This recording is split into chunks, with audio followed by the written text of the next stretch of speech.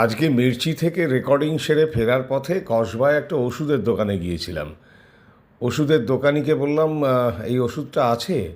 বললেন, এই গরমের সময় আপনি বিরক্ত করতে এসছেন, একটু ঝিমোচ্ছিলাম। এসি চালিয়ে একটু ঘুমোচ্ছি, আপনি সেই সময় এসছেন ওষুধ চাইতে। আহ আহ কী যেন নাম বললেন ওষুধটার?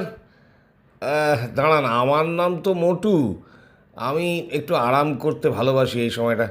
যাই হোক, আপনি একটু অপেক্ষা করুন, আমি বাইরে দেখে আসি কোথাও ওষুধটা পাই কিনা, আপনার জন্য নিয়ে আসছি।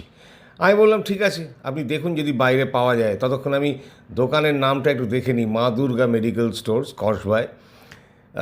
এই দোকানের গেট খুললেই এই মোটুদা সকালবেলা দোকান খুলে স্বাগত জানান সমস্ত কাস্টমারদের। ওমা, কিছুক্ষণ পর বাইরে এসে দেখি আমার ওষুধের জন্য মোটুদা মন্দিরে ধর্ণা দিয়েছেন।